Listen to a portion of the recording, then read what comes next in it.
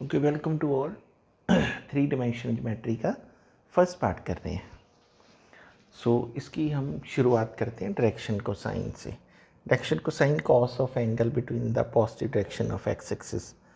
Positive direction of axis होता है, तो इसको हम डायरेक्शन कोसाइन को एल एम एन से डिनोट करते हैं।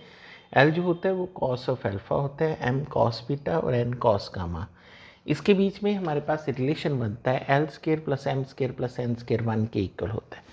और डायरेक्शन रेशियोज़ क्या होती है, कोई नंबर कोई नंबर जो इन डायरेक्शन को साइंस के प्रोपोर्शनल होते हैं, उन नंबर्स को हम डायरेक्शन रेशियोज़ बोलते हैं। फिर हम बात करते हैं कि व्हाट इज़ कोऑर्डिनेट प्लेन। हमारे पास कोऑर्डिनेट प्लेन क्या होता है, ठीक है जी। देखिए, ये X O X dash, Y O Y dash, Z O Z dash axis है। एक्स और वाई के बीच में बनेगा एक्स वाई प्लेन, z और x के बीच में zx प्लेन, और y और z के बीच में yz प्लेन। और ये जो प्लेन है combinely called the coordinate plane. इन प्लेन्स को हम कंबाइनली क्या बोलते हैं, कोऑर्डिनेट प्लेन्स बोलते हैं, ठीक है जी। यहाँ तक समझ लग गया होगा, ये सारे बेसिक्स हैं। अच्छा, एक हम बात और कर लेते हैं।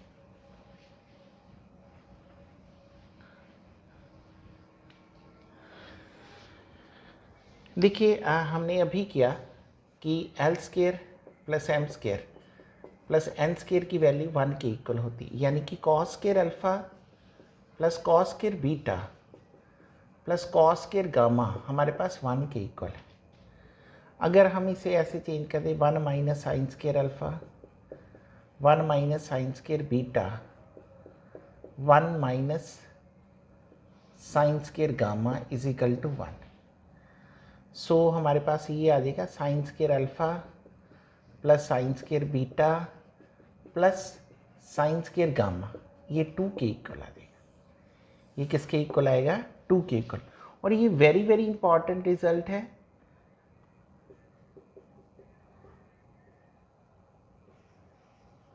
और इस रिजल्ट को एज इट इज़ पूछा जाता है एग्जाम में कि वो value of sine square alpha, sign square beta, sign square gamma किसके इक्वल होती है, ठीक है जी। इसको भी हम ध्यान में रखें। एक दूसरी बात और कि डायरेक्शन को साइन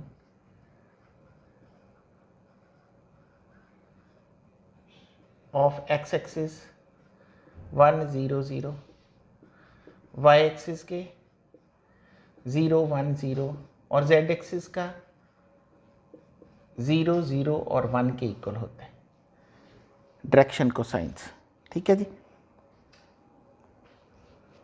उसके बाद हम बात करते हैं इक्वेशन ऑफ लाइन की। पहले हम बेसिक कर रहे हैं, बेसिक के बाद हम सीधे क्वेश्चंस के ऊपर आएंगे, एमसीक्यूज के ऊपर। पहला फार्मूला है कि equation of line passing through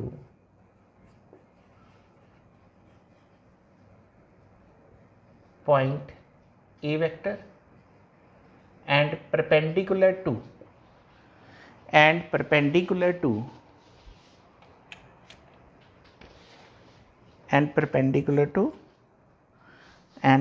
not perpendicular to and parallel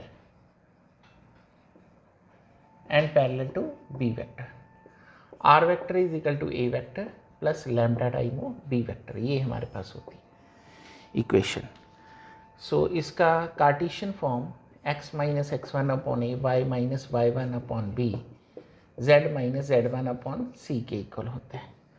और ये 1 पॉइंट फॉर्म भी इसे बोलते हैं, और 2 पॉइंट फॉर्म जो होगी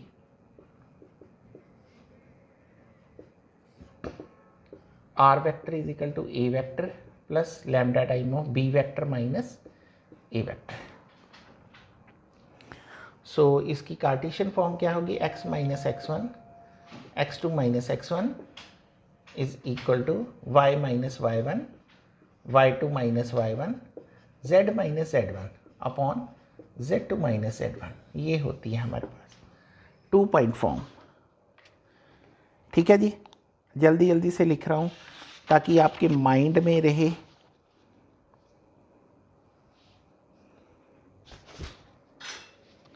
सो इसको रब कर देते।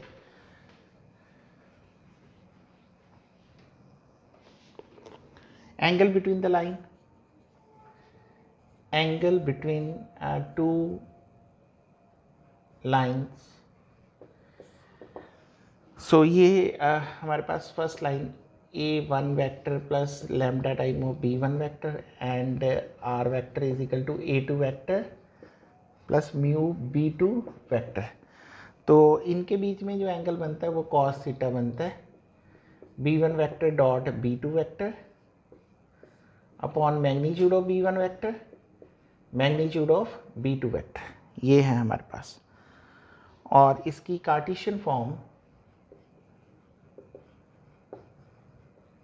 इसकी जो कार्टेशियन फॉर्म है वो हमारे पास देखो x minus x1 upon a1, y minus y1 upon b1, z minus z1 upon c1 और x minus x2 upon a2, y minus y1 upon b2, z minus z1 upon c2। So Cartesian form में हमारे पास cos theta a1 a2 plus b1 b2 plus c1 c2 upon under root में ये रहेगा a1 square b1 square plus c1 square और यहाँ पे a2 square plus b2 square plus c2 square के इक्वल। ठीक है जी। उसके बाद जो हमारा मेन कॉन्सेप्ट है short distance between the line, बहुत ही इंपॉर्टेंट कॉन्सेप्ट है शॉर्टेस्ट डिस्टेंस बिटवीन लाइंस। ये जो हमारे पास कॉन्सेप्ट था जब फर्स्ट टाइम हमारा एग्ज़ाम हुआ था तब हमारे पास ये जो क्वेश्चन था ये डायरेक्ट फार्मूला में ही पूछा गया था।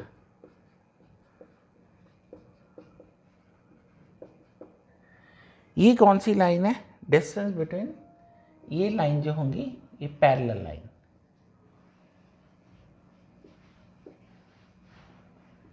Parallel line. दो तरह के डिस्टेंस पूछते हैं, डिस्टेंस बिटवीन लाइन, एक पैरेलल लाइन और दूसरा स्क्यू लाइन के बीच में। सो शॉर्ट डिस्टेंस का इस केस में फॉर्मूला होगा b vector cross a2 vector minus a1 vector upon magnitude of b vector, और दूसरा हमारे पास आता है skew line, skew lines distance, distance between skew line. Skew line क्या होती है? जो line neither parallel nor intersecting, ना ही ये पैरेलल होती है ना ही ये इंटरसेक्ट करती है। a2 vector plus mu b2 vector, तब हमारे पास शॉर्ट डिस्टेंस का ये जो फॉर्मूला है ये रहता है b1 vector cross b2 vector और dot a2 vector minus a1 vector upon magnitude of b1 vector cross b2 vector का मैग्नीट्यूड, ये हमारे पास आ जाता है। So short distance between the parallel line और स्क्यू लाइंस के बीच में। ठीक है जी। और उसके बाद हमारा प्लेन शुरू होता है, पर पहले हमने जो लाइन के कॉन्सेप्ट है और इससे रिलेटेड जितने भी क्वेश्चंस बनते हैं वो हमने कर लेने हैं। चलिए इस क्वेश्चन को देखिए। Find the vector equation of a line passing through the point 1 2 -4 and perpendicular to these two lines. So जी सबसे पहले पासिंग पॉइंट है, तो हमारे पास जो जनरल इक्वेशन होती है वो होती है R vector is equal to A vector plus lambda time of या mu time of B vector. यहाँ म्यू दे रखा है तो mu time of B vector होगी जी। सो ए वेक्टर हमारे पास है पासिंग पॉइंट और बी वेक्टर हमारे पास क्या होता है? पैरेलल वेक्टर होता है। बी वेक्टर हमारे पास क्या है? Parallel vector. So passing point हमारे पास क्या है? 1 2 -4। सो i प्लस 2j -4 के है किसी इक्वेशन में i प्लस 2j, या इस इक्वेशन में i प्लस 2j -4 के है, बाकियों में नहीं है। इट मीन्स बी के पूरे पूरे चांसेस हैं बनने के। पर क्या ये वाली चीज़ सभी में सेम है, इसमें भी सेम है, तो क्या ये पॉसिबल आती है कि नहीं आती? तो हमें बी निकालना है। जब भी इक्वेशन ऑफ लाइन परपेंडिकुलर, तो हमारे पास क्या निकालना है? बी वेक्टर निकालना है। दैट इज बी वेक्टर क्या होगा? इन दोनों के कार्टेशियन का प्रोडक्ट, यानी कि आई जे के लेना है, 3 - 6 7 और 3 8 -5। हमारे पास आई क्या आएगा? 30 -56 माइनस जे, ठीक है, -15 -21 और प्लस के हमारे पास क्या आता है?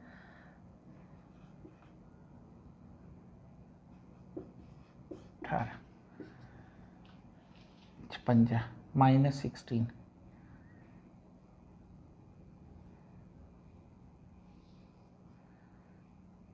3 - 6 7 3 8 -5, बिल्कुल ठीक है। 6 5 is 30, 8 7 या 56, कितना आया? -6 और 26 आई, और ये प्लस का 5 और 1 6 2 और 1 36 जे, और ये प्लस 8 4 12 2 और 1 3 और 1 जे।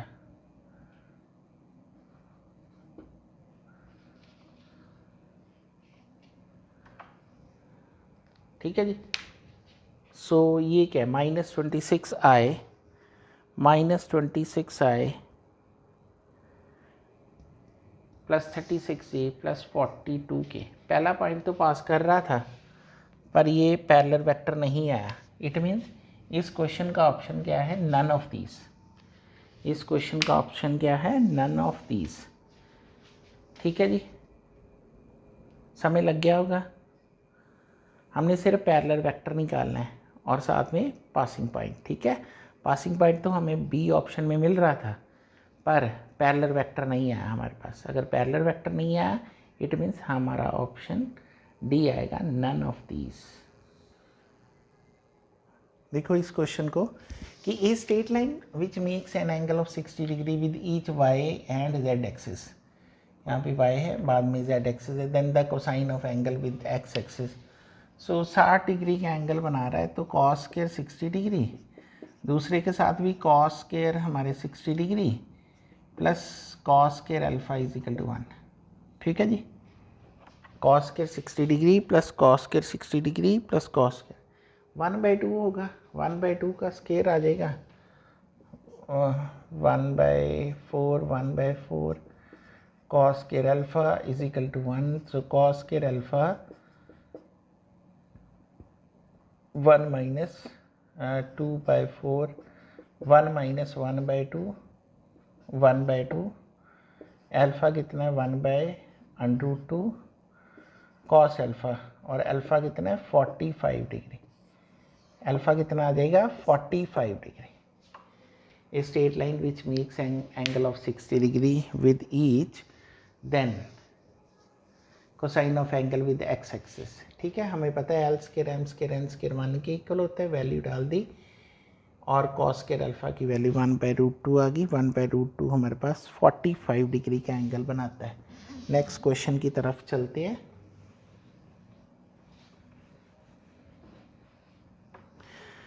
नेक्स्ट बोलता है, ऐसे भी छोटे छोटे कई बार क्वेश्चन आ जाते हैं,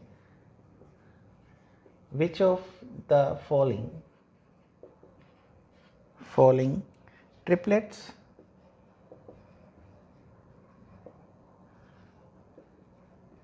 give the direction cosine of a line। Direction cosines of a line, ये हमें ट्रिपलेट ये दे रखे हैं। बी हमें दे रखा है 1 - 1 और 1।